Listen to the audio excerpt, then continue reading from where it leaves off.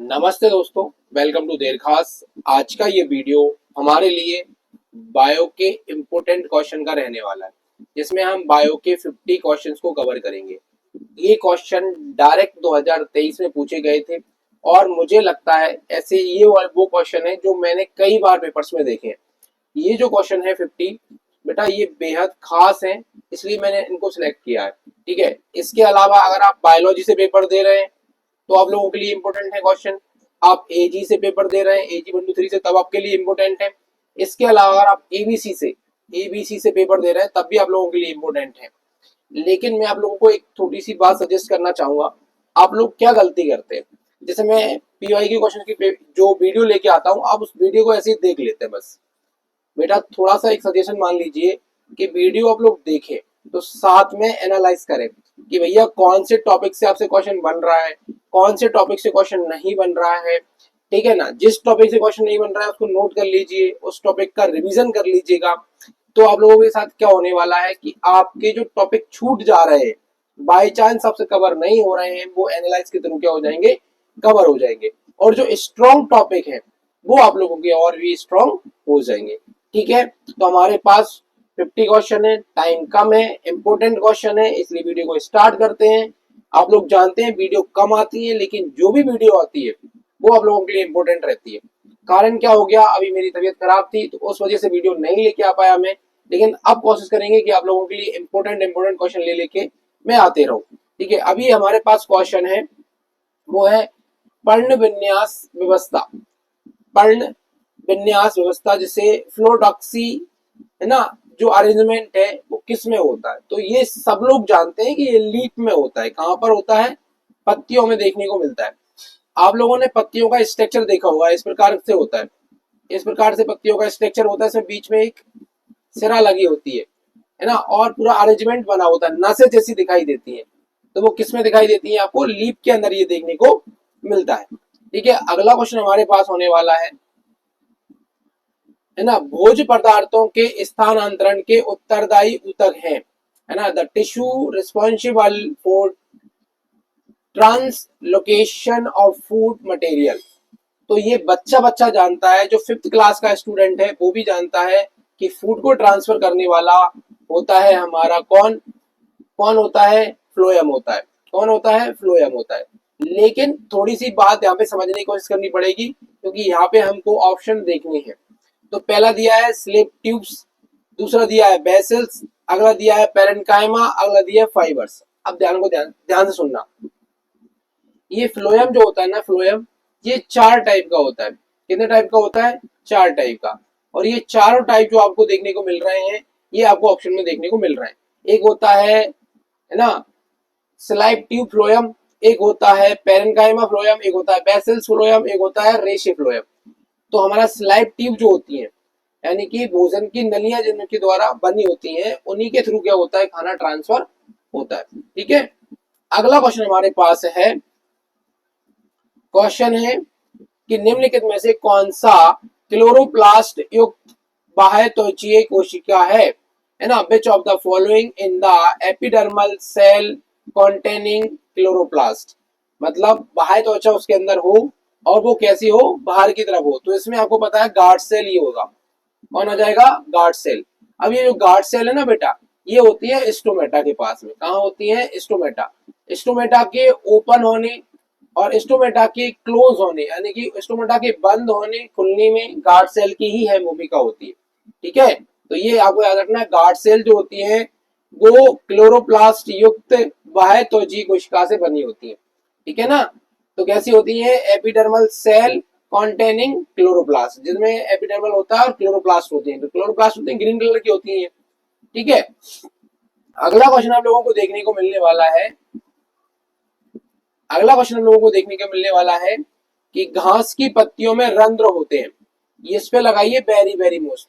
इस क्वेश्चन को मैं बहुत बार पेपर्स में देख चुका हूं, हजारों बार ये पेपर में आ चुका है। पीएटी की पेपर की बात नहीं कर रहा हूं मैं, ये जितने भी एग्रीकल्चर एग्जाम्स हैं उनमें कई बार ये पेपर आ चुका है। 12th में आ चुका है, 11th पेपर्स में हमेशा आता है, पीएटी में आता है। जितनी जगह बायोलॉजी आपको देखने को मिलेगी, ये क्वेश्चन आपको देखने को मिलेगा। क्या है कि stomata in grass leaves are. तो जो स्टोमेटा होते हैं वो भी किसकी बात कर रहे हैं, ये ग्रास लीव्स की, घास की जो पत्तियां है ना उनकी बात कर रहे हैं। तो उनके होते हैं डंबल आकार के। किसके होते हैं, डंबल आकार के होते हैं। हमेशा याद रखना कि जो घास के कौन होते हैं, गार्ड सेल होते हैं, वो डंबल शेप में होते हैं। स्टोमेटा के पास में गार्ड सेल होते हैं, वो कैसे होते हैं, डंबल शेप के होते हैं। इसको याद रखना, ठीक है। चलिए अगला क्वेश्चन हम लोगों के पास आने वाला है, वो है संवहन ऊतक बंद होते हैं। संवहन ऊतक बंद होते हैं जब, कब होते हैं बताना है ना। Vascular bundles is closed when. तो इसका आंसर है फर्स्ट, कैम्बियन अनुपस्थित होता है। क्या होता है, कैम्बियम अनुपस्थित होता है, कैम्बियन इज एब्सेंट। ठीक है, आगे चलिए अगला क्वेश्चन हम लोगों के पास है, जल के प्लावित मृदा में, जल प्लावित मृदा में पौधे अच्छी तरह से वृद्धि नहीं करते, क्यों, ऐसा पूछ रहे हैं। In water located soil, plant do not grow properly because, मतलब पानी है, बहुत ज्यादा कीचड़ वाली मिट्टी है, उसमें प्लांट अच्छे तरीके से ग्रो नहीं करता है। इसका कारण क्या है, तो इसका कारण है ना, क्योंकि मृदा क्या होती है, कर, कर्वकीय रूप से सूखी रहती है ना। Because soil is the physiologically dry, physiologically क्या हो जाती है, वो ड्राई हो जाती है, इसलिए ऐसे हो जाता है कि उसमें जो प्लांट होते हैं प्रॉपरली ग्रो नहीं हो पाते। अब ये ड्राई शब्द हमेशा याद रखना, क्योंकि आप लोगों को लगेगा पानी के अंदर है तो सूखी तो हो ही नहीं सकती, लेकिन फॉसियोलॉजिकली क्या होती है, वो ड्राई होती है। आगे है कि निम्नलिखित में से कौन सा रासायन पौधे में प्रति बाष्प उत्सर्जक के रूप में कार्य करता है। Which of the following chemical serve as an anti transpiration in plant, anti transpiration in plants की तरह कार्य करता है। तो इसमें है फिनाइल म्यूकेरेटिक एसीटेट, एसीटेट, ये वाला जो ऑप्शन है ये करेक्ट हो जाएगा। आगे चलते हैं, अगला क्वेश्चन हमारे पास है, समद्विपार्थिक पत्तियों में रंध्र होते हैं। इन आइसोलेट्रिवियल लीव्स स्टोमेटा आर, कैसे होते हैं, तो उभयरंध्री होते हैं। कैसे होते हैं, उभयरंध्री होते हैं।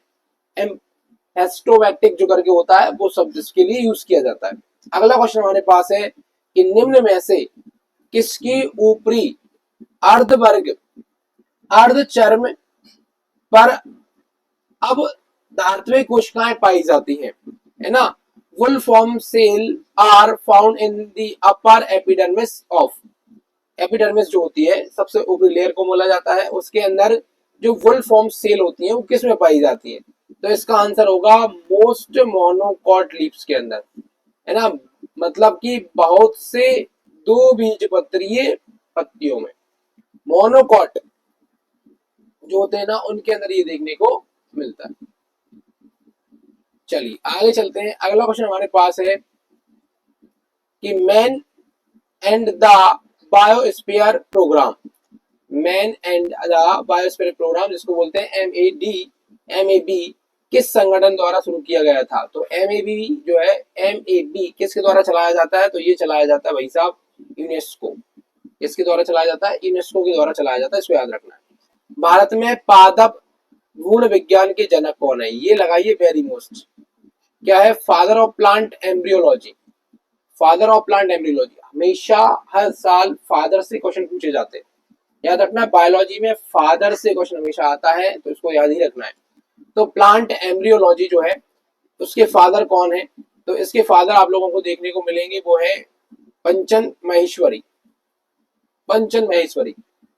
अब बात क्या होती है, जो होशियार बच्चा होगा पता क्या करेगा, वो सारे के सारे बायोलॉजी की फादर याद कर लेगा, इस क्वेश्चन याद क्या करेगा, वो सारे फादर को याद कर लेगा। ये करा जाता है, इसे बोला जाता है एनालिसिस करना, इसे बोला जाता है क्वेश्चन लगाना, इसे नहीं कि बस इसको देख लिया, ये क्वेश्चन जरूर थोड़ी रिपीट होगा, हाँ फादर से क्वेश्चन जरूर आएगा, तो वो टॉपिक पता चल गया ना कि फादर से क्वेश्चन पढ़ना है, ये मेन चीज होती है, ठीक है।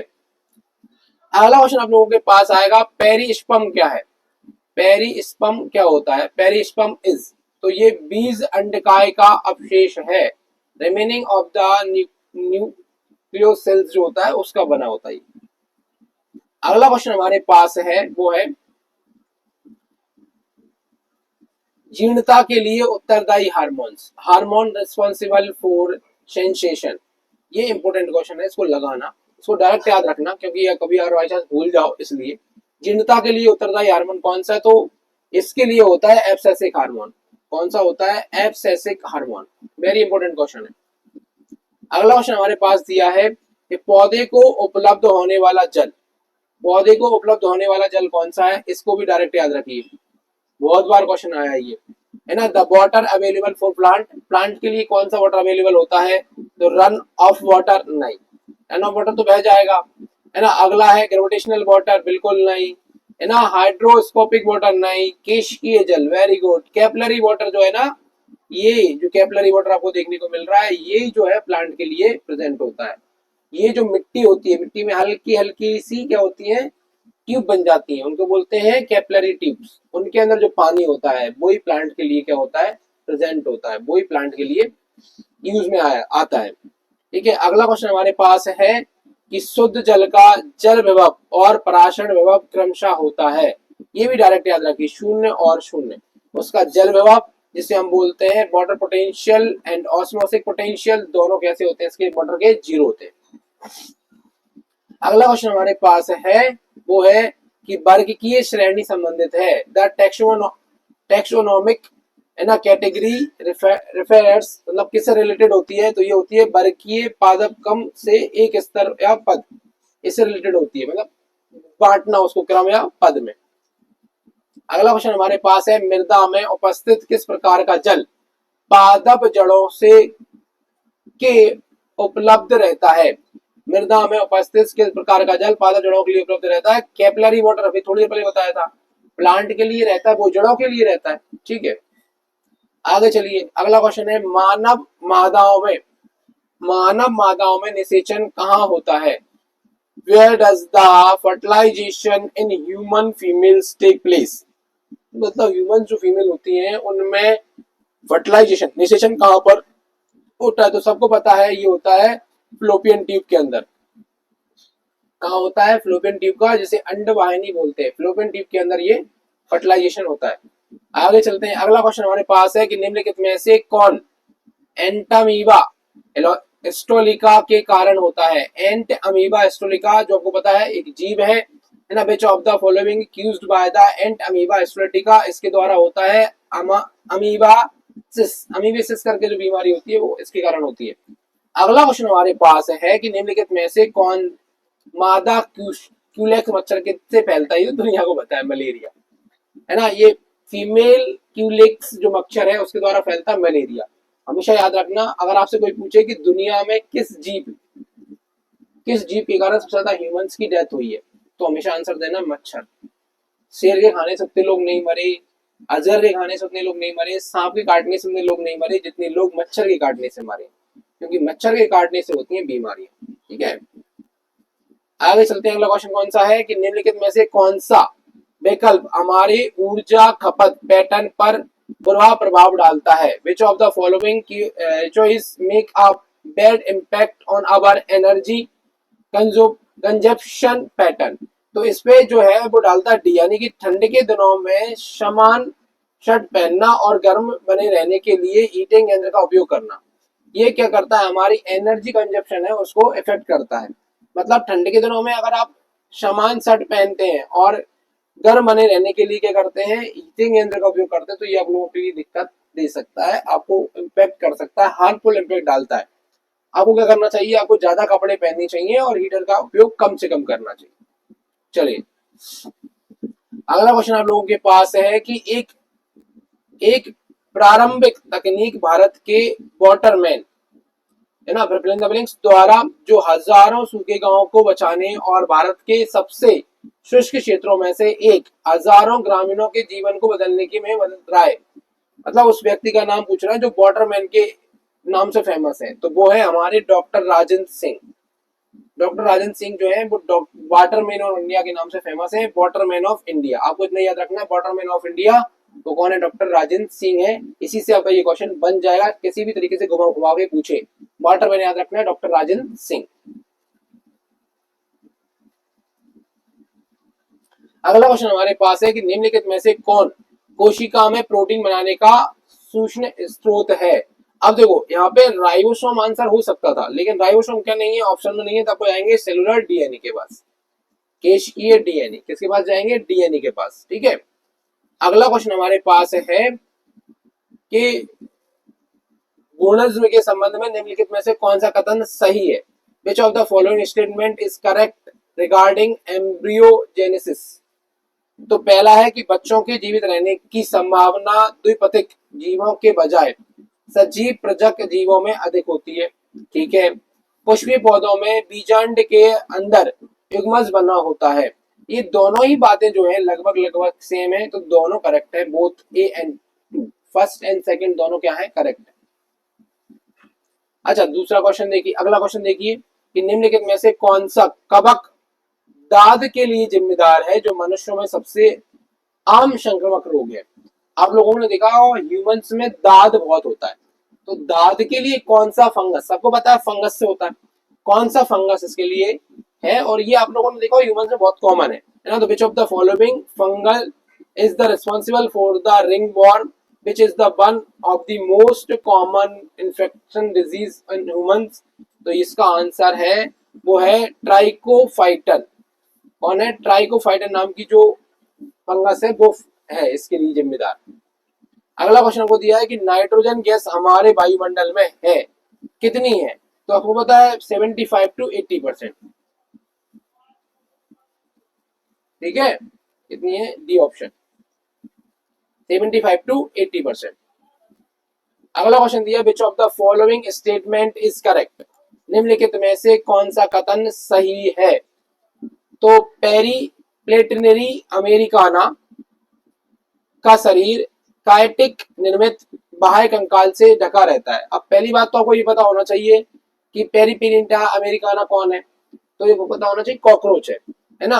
राना टीमिना की त्वचा पर स्लिप्स मांसपेशियां पाई जाती है, ये भी आपका ऑर्थोपोडा ग्रुप से ही आता है, तो पाई जाती है। तो इसका आंसर भी मेरे हिसाब से दोनों होगा, बोथ फर्स्ट एंड सेकंड। ठीक है, क्योंकि अमेरिकन जो है ना वो था कॉकरोच, दूसरा वाला भी एक जीव होता है।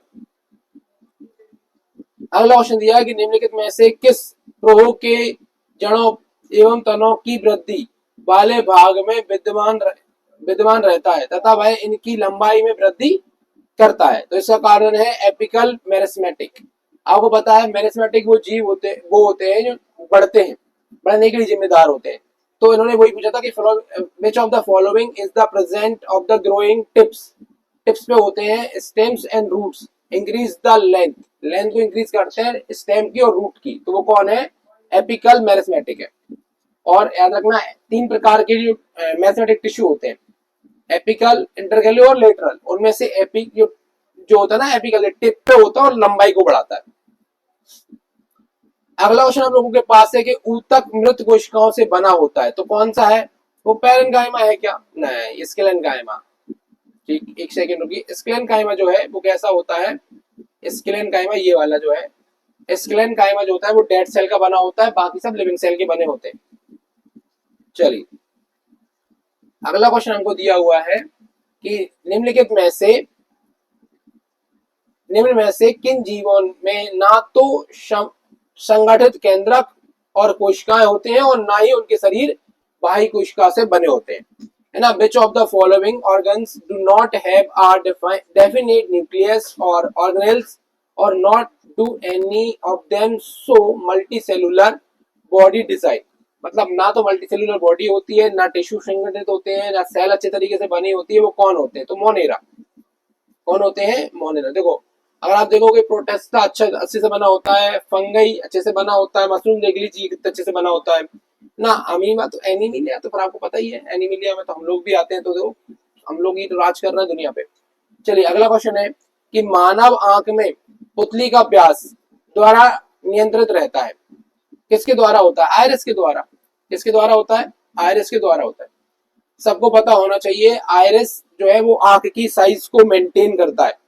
आपने देखा होगा हम ज्यादा धूप में खड़े हो, वहां से हम छाया में जाते हैं, कुछ दिखाई नहीं देता, ठीक है, क्योंकि आयरिस ने धूप में आपको छोटा कर दिया था जिससे ज्यादा रोशनी अंदर ना जाए। जब छाया में गए तो ज्यादा रोशनी अंदर नहीं जा पाई, इसलिए दिखाई नहीं दिया। फिर धीरे धीरे धीरे धीरे आयरिस में क्या करता है? बड़ा करता है और सब कुछ दिखाई देने लगता है। ठीक है, अगला क्वेश्चन हमारे पास है कि समान वृद्धि वाले युवा वयस्क के लिए निकट बिंदु लगभग कितना है, तो 25 सेंटीमीटर। अब ये क्वेश्चन इतनी बार आया है भाई साहब, इस पे आप very very very very very very लगा सकते हैं, लगा लीजिए। हजारों बार ये क्वेश्चन पूछा गया है पेपरों में, हजारों बार, कि सबसे निकटतम बिंदु। आपको पूछा है दूर तक तो हम कितना भी देख सकते हैं, सन को देख सकते हैं, मून को देख सकते हैं, लेकिन हम पास में कितना देख सकते हैं कि उसके बाद हमको दिखाई नहीं देगा, तो वो है 25 सेंटीमीटर। 25 सेंटीमीटर से ज्यादा पास की चीज हमको दिखाई नहीं देती।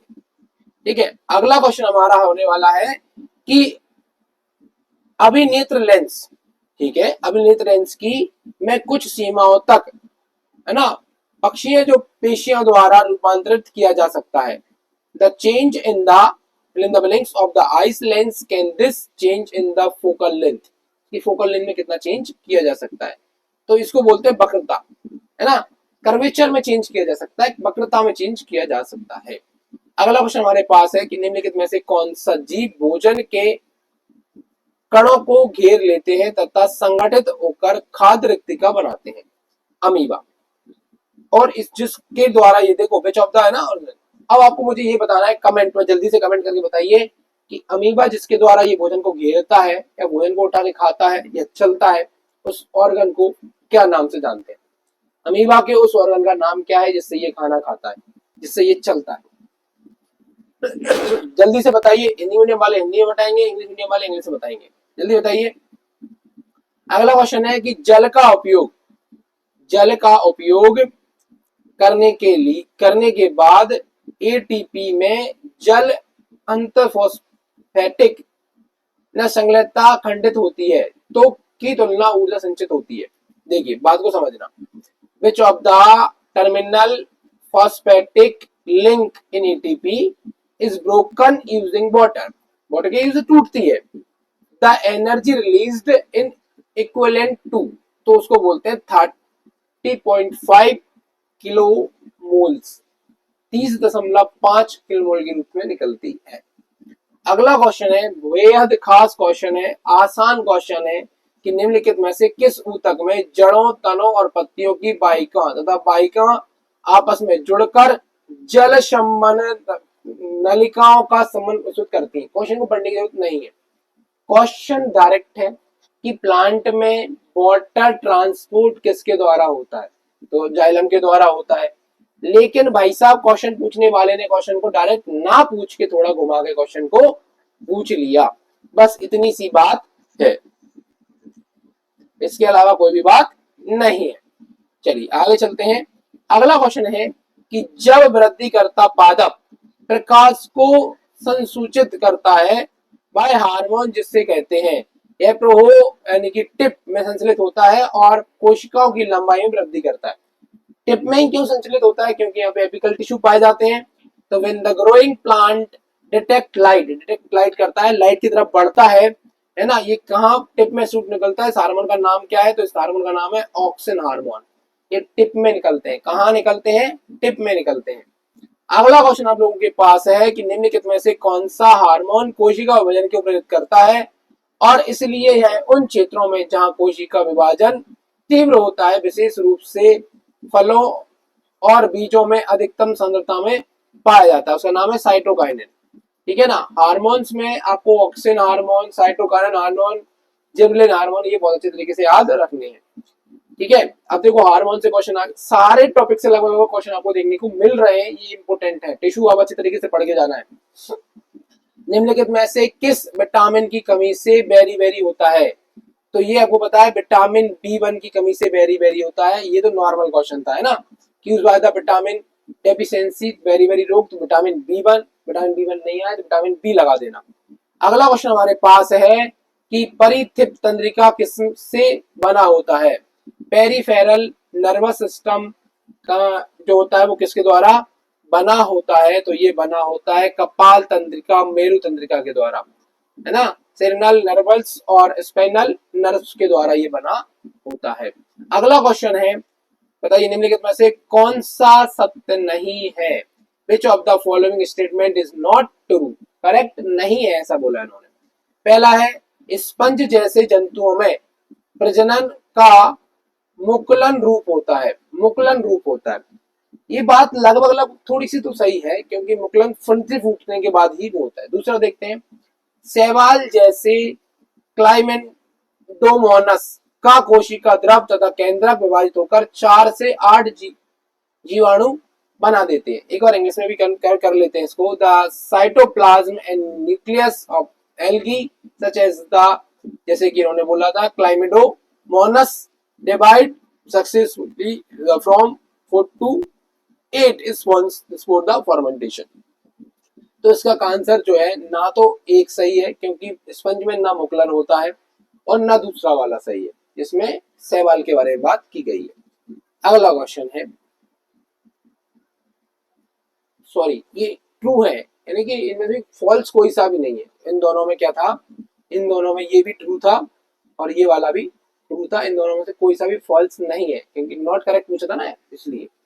अगला क्वेश्चन है कि जीन शब्द किसके द्वारा दिया गया है। भाई साहब, ऑफलाइन वाले बच्चों से पूछना है, सो कितना इंपॉर्टेंट ये क्वेश्चन बताया इन लोगों। इस बार के पेपर में देखने को मिलेगा 100%।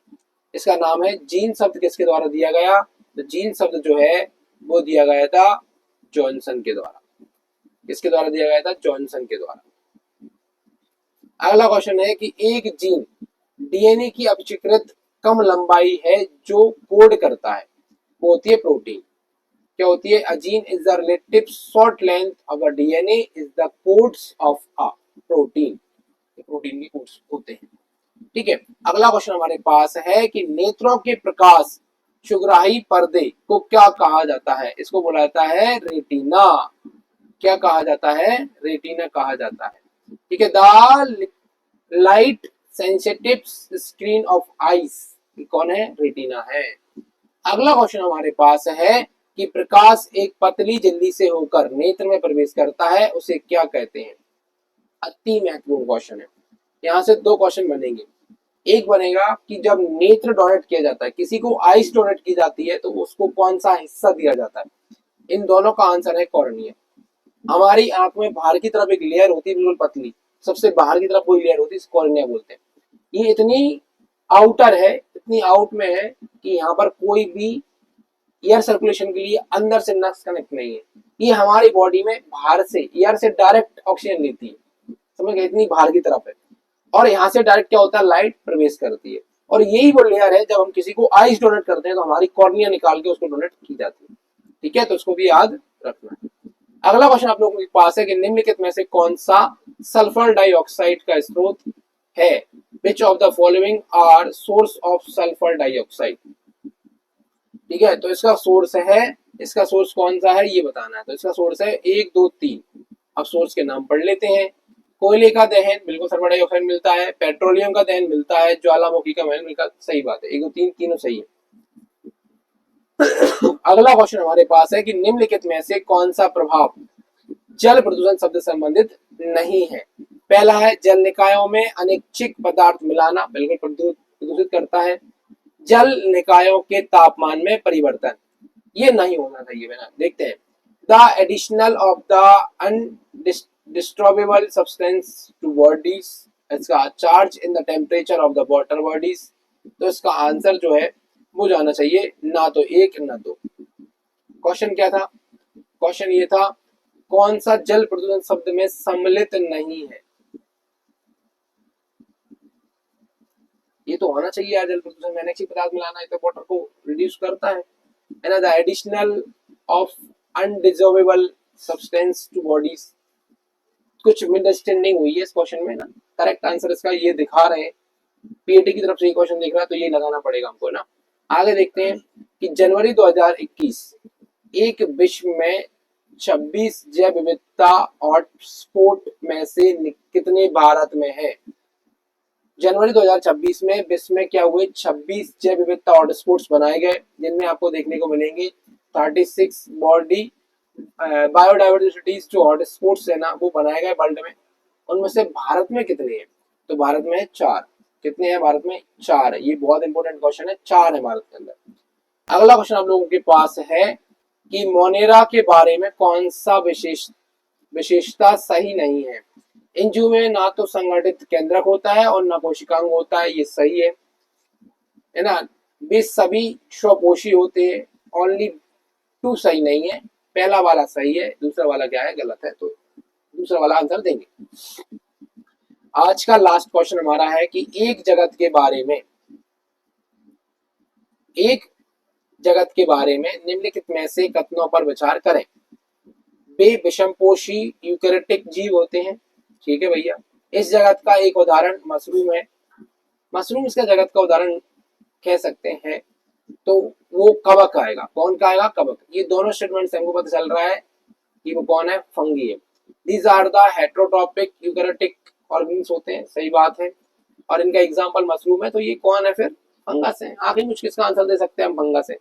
तो ये हमारे 50 क्वेश्चन थे, और 50 क्वेश्चन अगर आपने लगा लिए भाई साहब, तो मैं आपको गारंटी दे रहा हूँ कि आप लोगों को बहुत फायदा मिलने वाला है इन 50 क्वेश्चन से। और अगर आपने ये देख लिया होगा कि कौन कौन से टॉपिक्स के लिए इंपोर्टेंट थे और उन टॉपिकों का रिवाइज कर लिया, तो और मजा आएगा। इसके बाद और 50 क्वेश्चंस में इंपोर्टेंट लेके आऊंगा, बायोलॉजी के, फिजिक्स के, केमिस्ट्री के, सबके क्वेश्चन लेके आने वाले हैं। एग्रीकल्चर के भी हमने 100 क्वेश्चन का वीडियो बनाया था, 100 क्वेश्चन का नेक्स्ट वीडियो भी आने वाला है। ठीक है, तो अच्छे से पढ़ते रहिए, मस्त रहिए, मिलते हैं नेक्स्ट वीडियो।